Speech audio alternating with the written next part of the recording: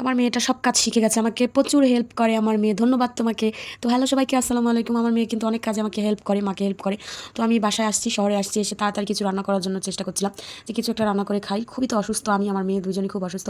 তো আজকে তেহেরি প্লাস খিচুড়ি রান্না হবে, মানে তেহেরির মতো আবার খিচুড়ির মতো আবার বিরিয়ানি, তেহেরি প্লাস বিরিয়ানি প্লাস খিচুড়ি।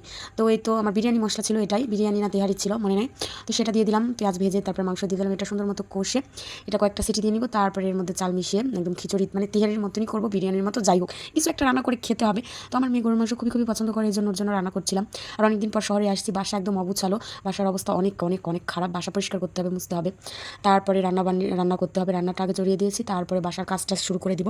বাসার কাজ বলতে ঘরটা ঝাড়ু দিতে হবে, মুছতে হবে, তারপরে খাওয়া দাওয়া। এদিকে আমি হচ্ছে যে আদা আর রসুন বাটা শেষ হয়ে গেছিলো, আদাটা একটু ছিলে নিচ্ছিলাম, এটা একটু বেটে দিয়ে দিব যেহেতু মাংস রান্না করছি। আর আদা বাটা মাংসে না দিলে ভালো লাগে না। রসুন নিচ্ছিলাম একটা, এগুলো পাটায় বেটে দিব, আস্ত মশলা একদম করে পাটায় বেটে দিলে সেই তরকারি বা যে কোনো কিছু খেতে অনেক মজা লাগে। তো আমি একটুখানি জিরে তারপরে ওই আদা আর হচ্ছে রসুনটা দিয়ে দিলাম। আর এটা কী দিলাম জানো, এটা হচ্ছে ধনে গুঁড়ো। তো আমি ধনে গুঁড়ো করে রাখছিলাম মিক্সিতে, তো ভালো হয় গুঁড়ো হয়নি। তো আমি যখনই একটু জিরে বাটা করি তখনই তার সাথে একটু ধনেও দিয়ে দিই, ধনের ফ্লেভারটা আমার অনেক ভালো লাগে। তার খাসির মাংস তারপর গরুর মাংসতে ধনে দিলে অনেক মজা হয় খেতে। আর পাটায় বেটে যে ধনে বাটাটা দেওয়া হয় সেটা দিলেই ভালো লাগে।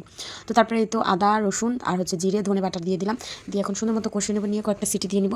তারপরে একবারে আমি জলটা দিয়ে দিব, মানে যতটুকু চাল দিয়েছি ততটুকু মানে পরিমাণ আমি মেপে জলটা দিয়ে দিব, সেই পরিমাণে আমি জলটা নিয়ে নিয়েছি। এবার সেই পরিমাণ জলটা দিয়ে দিলাম, দিয়ে এখন এটা ঢেকে আমি চিটি দিয়ে নেবো কয়েকটা। তারপরে এখানে চালটা ধুয়ে এই জলে দিয়ে আরও কয়েকটা চিটি দিয়ে নেবো।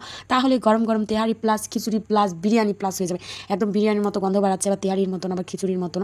শুধু ডাল দিলেই খিচুড়ি হয়ে যেত, আজকে বিরিয়ানি প্লাস তেহারি হবে। যেহেতু বিরিয়ানি আর তেহারিতে কিন্তু ডাল ব্যবহার করা হয় না, খিচুড়িতে ডাল দেওয়া হয়। তো আজকে আমি যেহেতু ডাল দিয়ে নিই, এটা খিচুড়ি হচ্ছে না। কিন্তু প্রথমে ভাবছিলাম যে মানে খিচুড়িটাই রান্না করবো, পরে দেখছি ডাল নেই, শুধু মসুর ডাল আছে। শুধু মসুর ডাল দিয়ে মাংসের খিচুড়ি আমার ভালো লাগে না, সেটা বুটের ডাল মুগ ডাল থাকতে খুব ভালো লাগে খেতে। তো তারপরে কয়েকটা ছিটি দিয়ে আমি কিন্তু নামিয়ে নিয়েছি, আর জলটা আমি পরিমাণ মতো দিয়ে দিয়েছি। এখন ধুয়ে চালটা দিয়ে দিব, দিয়ে এখানে কয়েকটা ছিটি দিয়ে নেবো, তারপরে এটা একদম গরম গরম হয়ে যাবে, খুবই মজা লাগবে খেতে। এভাবে খিচুড়ি রান্না করলেও ভালো লাগে, একদম শর্টকাটে একটা পদ দিয়ে পেট ভরে খাওয়া যাবে। আর এক মুঠো আমি মরিচ দিয়ে দিলাম, যেহেতু আমার মেয়ে ঝাল অতটা খেতে পারে না, আমি যতটা খেতে পারি, এই জন্য আস্তে আস্তে দিয়ে দিলাম, ঝালটা অতটা হবে না। গুঁড়া মরিচ আমি দিয়ে দিয়েছি, আমার যখন প্রয়োজন হবে তখন এই ঝালটা ভেঙে ভেঙে আমি ভাতের সাথে খেয়ে নেবো, এই জন্য গোটা গোটা দাও। তারপরে এটা আমি সুন্দর মতো ঢেকে দিয়ে নিবো, ঢেকে দিয়ে কয়েকটা সিটি মেরে নিবো। তারপরে এটা খাওয়ার জন্য একদম রেডি, অনেক তাড়াতাড়ি এটা হয়েছে, অনেক। আমি একদম 20 মিনিটের মধ্যে এই রান্না কমপ্লিট করে ফেলছি। তারপরে আমি কয়েকটা শসা ছিলে নিচ্ছি, বিরিয়ানি বা তেহারির সাথে শসা না হলে একদম জমেই না।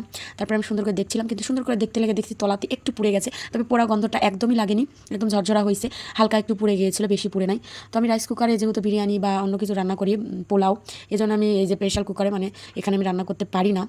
তো তারপরে এই দেখো মাংসটা কত সুন্দর সেদ্ধ হয়েছে, আর খেতেও মাশাআল্লাহ। তো আজকের ভিডিও পর্যন্ত, টাটা।